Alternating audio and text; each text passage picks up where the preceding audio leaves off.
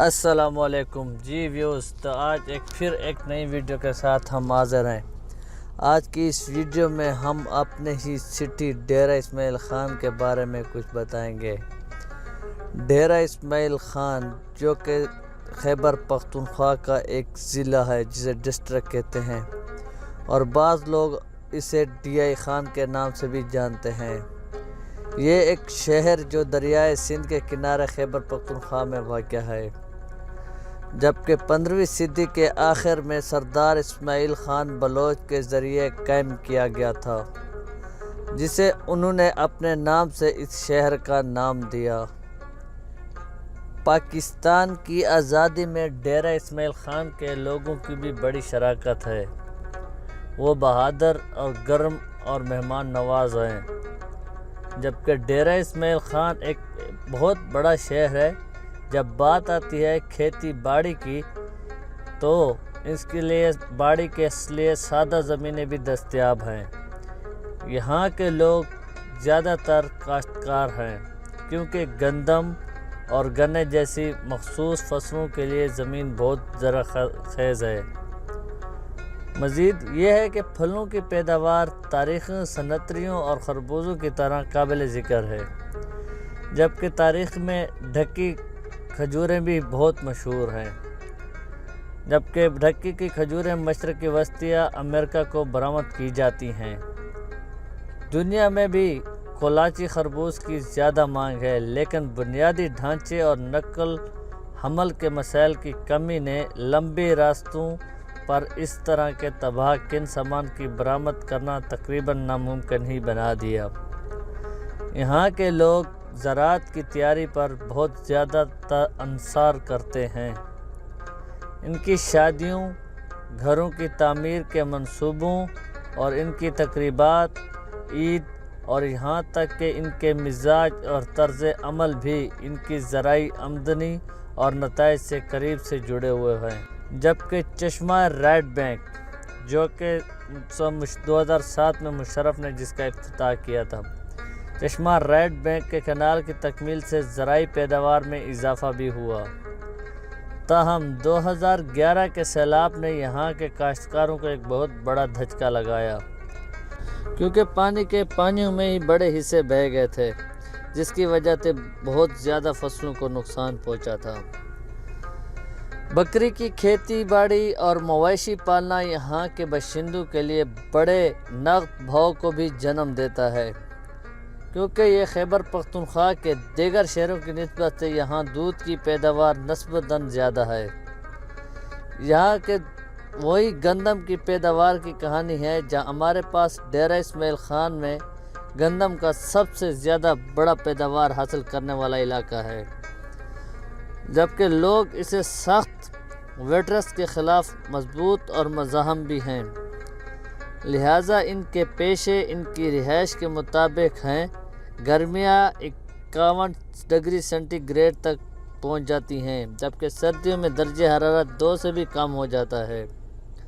جبکہ ڈیرہ اسماعیل خان میں سب سے زیادہ بولے جانے والی سرائیکی زبان ہے، جو ڈیرہ اسماعیل خان کی مادری زبان بھی کہتے ہیں، لیکن یہاں دوسری زبانیں بھی جیسے پشتو، ہندکو، روانی سے بولی جاتی ہیں۔ سرکاری طور پر اردو اور انگریزی دونوں ہی استعمال ہوتے ہیں، یعنی عدالتوں اور ہسپتالوں میں۔ یہ علاقہ پختون اور بلوچی قبائل کا سنگم ہے، لہٰذا بلوچی کا تھوڑا سا بھی یہاں بولا اور سمجھا جاتا ہے۔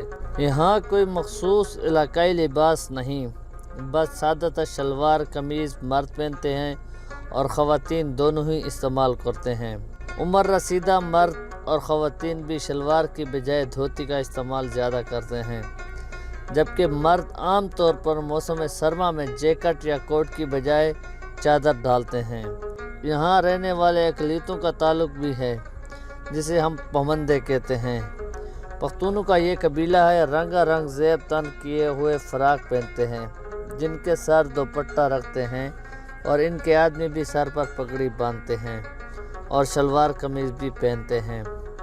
ہر تہوار کو پورے جوش و جذبے کے ساتھ منایا جاتا ہے، یہاں تک کہ کسی دہشت گردی کی سرگرمی میں رکاوٹ رہے دونوں عیدوں کا پورے مذہبی جوش و جذبے کے ساتھ استقبال کیا جاتا ہے اور لوگ عید کی نماز کے بعد اپنے رشتہ داروں اور پڑوسیوں سے ملنے جاتے ہیں، جبکہ مٹھائیاں بھی تقسیم کی جاتی ہیں۔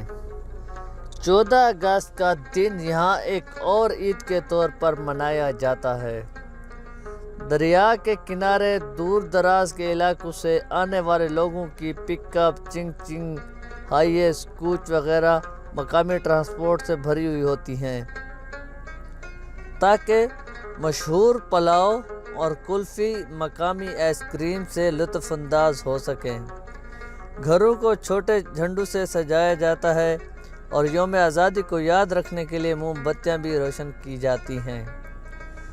دونوں خاندانوں کے لیے یہاں شادیوں کی ایک خاص اہمیت ہے۔ یہاں جہیز ایک لعنت والا رواج ہے، لیکن اب بھی یہاں بہت مشہور ہے۔ دلہن کا جہیز نمائش کے لیے رکھا جاتا ہے اور لوگ خاص طور پر یہ دیکھنے آتے ہیں کہ غریب والدین نے دولہے کے لیے کتنا سامان ڈالا ہے، جبکہ مہندی اتنے بڑے پیمانے پر نہیں لگائی جا سکتی کیونکہ یہ ہمارے بڑے شہروں میں ہے، لیکن نکاح اور ولیمہ ایک بہت بڑا جشن ہے۔ یہاں کی اشرافیہ کی شادیوں کا سب سے عام حصہ موسیقی پروگرام، گانے کا پروگرام ہے۔ مقامی گلوکاروں کو بلایا جاتا ہے اور یہ موقع پر پوری رات چلتا رہتا ہے۔ شادیوں کے واقعات نر اور مادہ کے لیے الگ الگ ہوتے ہیں اور دولہا دلہن بھی الگ الگ سے شریک ہوتے ہیں۔ یہاں تک کہ ایک کرکٹ میچ بھی اتنے سامعین کو نہیں روک سکتا جیسا کہ رٹا کولاچی اسٹیڈیم میں منعقد ثقافتی شو کرتا ہے۔ کبھی یہ میلہ اسپان ہوتا ہے اور کبھی ممکن ثقافتی شو۔ اس تہوار میں شہر کی ثقافت کی شکل آتی ہے اور ضلعی حکومت کے ذریعے تعطیلات کا اعلان بھی کیا جاتا ہے۔ یہ جب تک 3 دن کچھ وقت کم ہوتا ہے۔ میلوں میں پرکشش پروگرام کو دیکھنے کے لیے دور دراز سے لوگ آتے ہیں، یہاں تک کہ جناب MNA MPA علی امین خان گنڈاپور جیسے بھی بڑے بڑے حضرات یہاں میں شریک ہوتے ہیں۔ یہ ایک پرانا شہر ہے۔ اس شہر میں بہت سے تاریخی مقامات پائے جاتے ہیں، جبکہ پرانے بازار، قدیم بستیاں، قبرستان، مزید یہ کہ رامان ڈھیری، یہ تقریباً 4000 قبل مسیح میں پایا جانے والا قدیم ترین مقام ہے۔ مٹی کے برتن اور دیگر اوزار بھی اس میں پائے گئے ہیں۔ مجھے سیٹ کی بہترین تفہیم دینے کے لیے اس کی کوئی تصویر نہیں مل سکی۔ ڈیرہ اسماعیل خان میں اپنی بہت سی مشہور کھانے کی اشیاء ہیں جو کہ باہر والے بھی پسند کرتے ہیں۔ چند ایک کا ذکر کرنا، جیسا کہ ایک سوہن حلوہ ہے، صوبات تڈائی جسے ہم اپنی سریکی زبان میں تڈی کہتے ہیں، پلاؤ اور زردہ ہے۔ رمضان کے مہینے میں یہاں کے تقریباً آلموسٹ ہر گھر میں صوبات کا بنیادی کورس ہوتا ہے۔ مزید یہ ہے کہ یہ محفلوں کی ایک ڈش ہے۔ یہ تب ہوتا ہے جب لوگ کسی بھی پکنک یا پارٹی کے لیے اکٹھے ہو جاتے ہیں، یا تو پھر سوہن حلوے کو استعمال کرتے ہیں یا پھر صوبات، کیونکہ یہ ایک یادگار کے طور پر پیش کیا جاتا ہے اور لوگ دوسرے شہروں کا رخ کرتے وقت اسے تحفے کے طور پر بھی لے، جبکہ یہ ڈیرہ اسماعیل خان کا ایک بہت ہی خوبصورت ثقافت سے مالا مال علاقہ ہے۔ میں یہاں پرورش پایا ہوں اور مجھے اس شہر سے ملنے والی میری بہترین یادیں ہیں۔